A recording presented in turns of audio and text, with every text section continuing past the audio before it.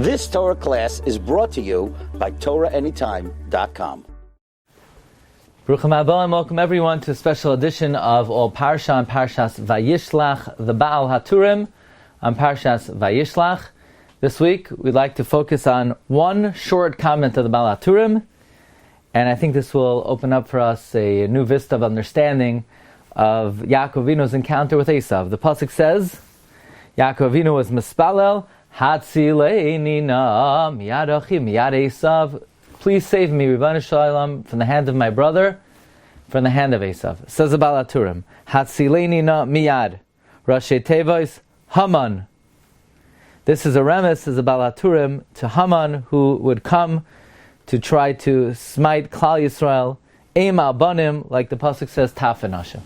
So Yaakov Avinu is not only davening that Hashem should save him from Esav proper, but from Esav's descendant, Haman.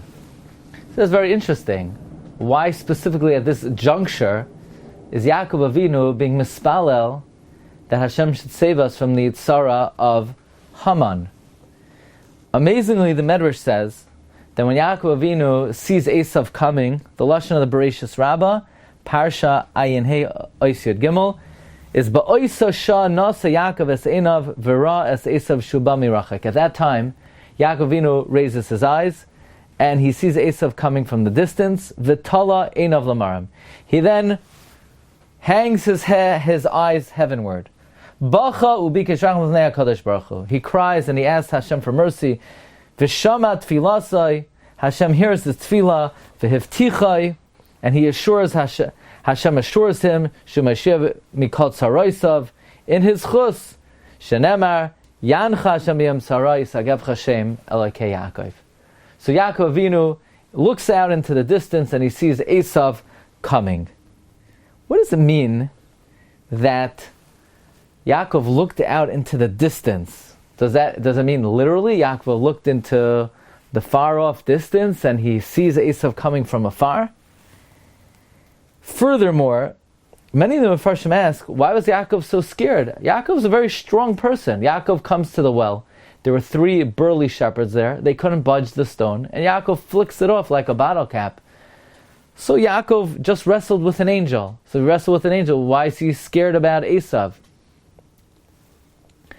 So Rabbi Ovadia Yosef in Chazon Ovadia on Purim, on page Reish Tzadi Daled, he brings that when the Medrash says that Yaakov saw Esav in the distance, it doesn't just mean literally in the distance, but he looked Baruch HaKodesh into the far-off future, and he saw a descendant of Esav who would cause great trouble to the Jewish people. Yaakov wasn't scared of Esav proper. Yaakov was stronger than him. What Yaakov was afraid of was the Esav in the distance, the Haman in the far-off future, who would decree Lahashmid, Laroig Uliabed. And therefore, Yaakov Avinu was mispalel, Hatzileini na miyad Rashi Tevois Haman. This fits in well with the words of the Chidah. The Chidah brings in the Midbar Kedemos, Ma'areches Mem Ois Chafhei, that Mordechai was the Gilgal of Yaakov, and Haman was the Gilgal of Esav. And therefore, most appropriately, Yaakov Avinu is mispalel that his Gilgal, Mordechai, should be able to overcome his mortal enemy, Haman, in the far-off future. And, amazingly, my dear friend, Rabbi Moshe Bamberger pointed out that Yaakov Avinu specifically is mispalel, pen hikani eim al banim. Eim al banim. Interestingly, eim al banim implies a mother falling on their children. Now, that was not a tefillah for Bilhah, Zilpah, or Leah, because they were standing in front of their children. So their children would have fallen on them. It would have been banim al imam. The only one who stood before their mother was Yosef, who stands before Rachel, and Yaakov was specifically mispalel, eim al banim.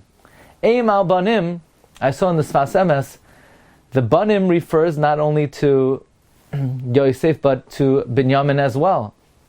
But specifically, eim al banim, that she would fall on them because she was behind them. Yaakov was mispalel for Rachel uvaneha, who her descendants would be the heroes in the times of Purim. Namely, Rachel was pregnant with Binyamin, and because Binyamin did not bow down to Esav when Yaakov encountered Esav, therefore that gave Mordechai the spiritual stamina to Mordechai lo yichra v'lo yishtachaveh. So the tefillah of Yaakov Avinu, looking into the far off future, Vayar Esav meirachak, and he says Hatzileni no miyad, referring to Haman, is Pen Yavoi v'hikani im albanim, a specific tefillah to save Rachel and her descendants to be able to overcome Esav in the times of Purim.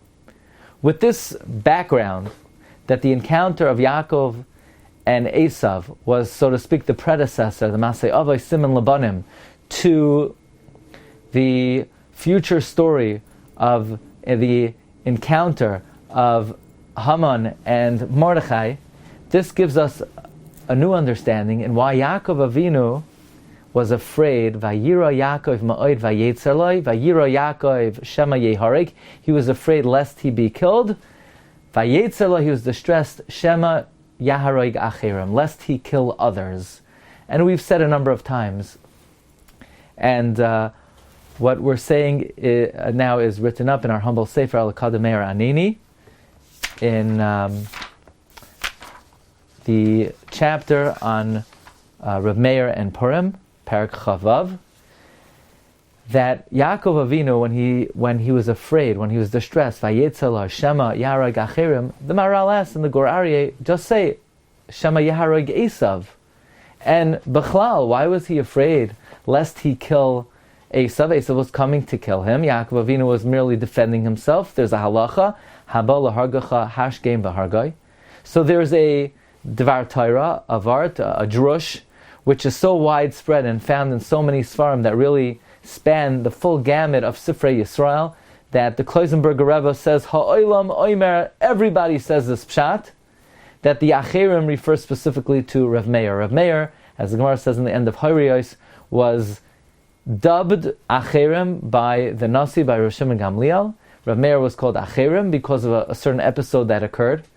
And as the Gemara in Gittin says, Rav Meir was actually a descendant of Esav. He descended from Nero Caesar, the Roman general.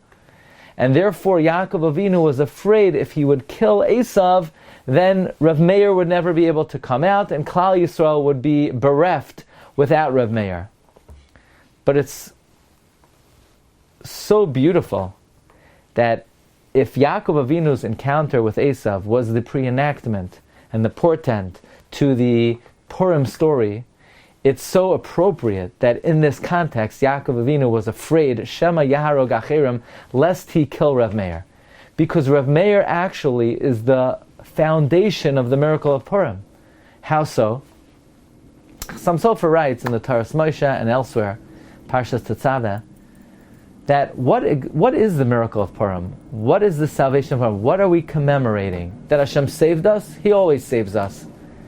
Says the Chassam Sofer, the greatest miracle of the Purim story is the fact that while we were sinning by attending Achashverosh's Suda, which was the worst sin of the history of the Jewish people because it caused a decree upon us, lahashmed laraguliyabed. Think about it. The worst decree ever in our history was incurred by eating at the Suda of Achashverosh. That means that sin angered Hashem more than anything we've ever committed.